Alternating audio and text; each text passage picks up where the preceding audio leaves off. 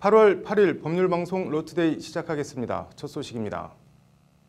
현직 부장판사가 법관 사찰 등 사법행정권 남용 의혹 관련 피의자 신분으로 오늘 검찰에 소환됐습니다.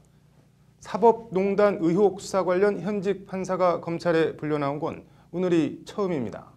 소환된 부장판사, 어떤 혐의들을 받고 있는지, 소환 의미와 법원 입장은 어떻게 되는지 등을 취재했습니다. 신세아 기자의 심층 리포트입니다. 사법행정권 남용 의혹을 수사하고 있는 서울중앙지검 특수 1부가 오늘 법관 사찰 등 의혹 문건들을 작성한 창원지법 김모 부장판사를 피의자 신분으로 조사했습니다. 법정에서 피고인들을 단죄하기만 했던 판사에서 조사를 받기 위한 피의자 신분으로 검찰에 불려나온 김 부장판사는 당혹스런 표정으로 법정으로 향했습니다. 김 부장판사는 양승태 대법원장 시절인 지난 2015년 2월부터 지난해 2월까지 만 2년간 요직인 법원행정처 기획 제1-2심의관으로 근무했습니다. 이 기간 김 부장판사는 상고법원에 반대하는 칼럼을 언론에 기고한 판사를 뒷조사한 참호판사 개식을 관련 동향과 대응 방안 문건을 작성했습니다. 김 부장판사는 아울러 국제인권법연구회 등 판사 모임이나 서울중앙지법 단독 판사회의 의장 선거 동향 등 다수의 법관 사찰 의혹 문건을 만든 것으로 알려졌습니다.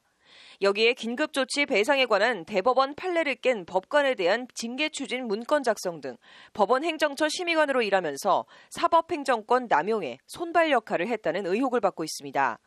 김 부장판사는 또 법원 정기인사일인 지난해 2월 20일 오전 자신이 쓰던 법원행정처 PC 문서 파일 24,500개를 무단 삭제한 공용 서류 손상 혐의도 함께 받고 있습니다.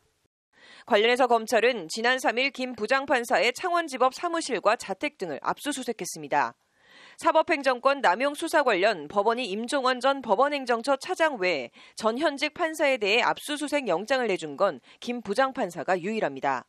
그럼에도 법원은 의혹의 핵심인 문건 작성 관련한 영장은 기각하고 공용 서류 손상 혐의에 대한 영장만 내줬습니다. 이 때문에 법원이 어쩔 수 없이 영장을 내주긴 했지만 반쪽짜리 영장을 내줘 사법행정권 남용 수사를 가로막고 있는 것 아니냐는 비판이 법원 안팎에서 계속 제기되고 있습니다. 법원은 앞서 양승태 전 대법원장이나 박병대 전 법원 행정처장, 행정처 심의관 등을 지낸 현직 판사들에 대한 압수수색 영장을 이런저런 이유를 들어 연거푸 기각한 바 있습니다. 그나마 영장을 발부한 것도 공용물 훼손 혐의 요거로만 제한을 하고 있기 때문에 사법농단의 핵심 범죄 혐의에 대해서는 여전히 제 식구 감싸기식의 행보를 보이는 것이 아닌가. 김 부장판사는 법원 자체 조사에서 대부분 문건을 임종원 전 법원행정처 차장 지시로 작성했고 일부는 임 전 차장이 불러주는 대로 적었다는 취지로 진술한 것으로 전해졌습니다.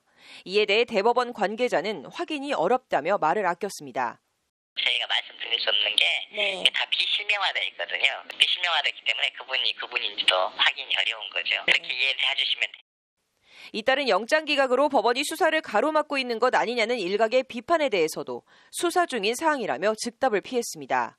지금 현재 그 모든 것이 수사 진행 상황이어서 저희가 어떤 말씀을 드릴 수 없다. 법률장성뿐만 아니라 다른 언론에 대해서도. 검찰은 내일 오전엔 일제 강제징용 피해자 손해배상 소송, 대법원과 청와대 재판거래 의혹과 관련해 김기춘 전 비서실장을 소환 조사할 예정입니다.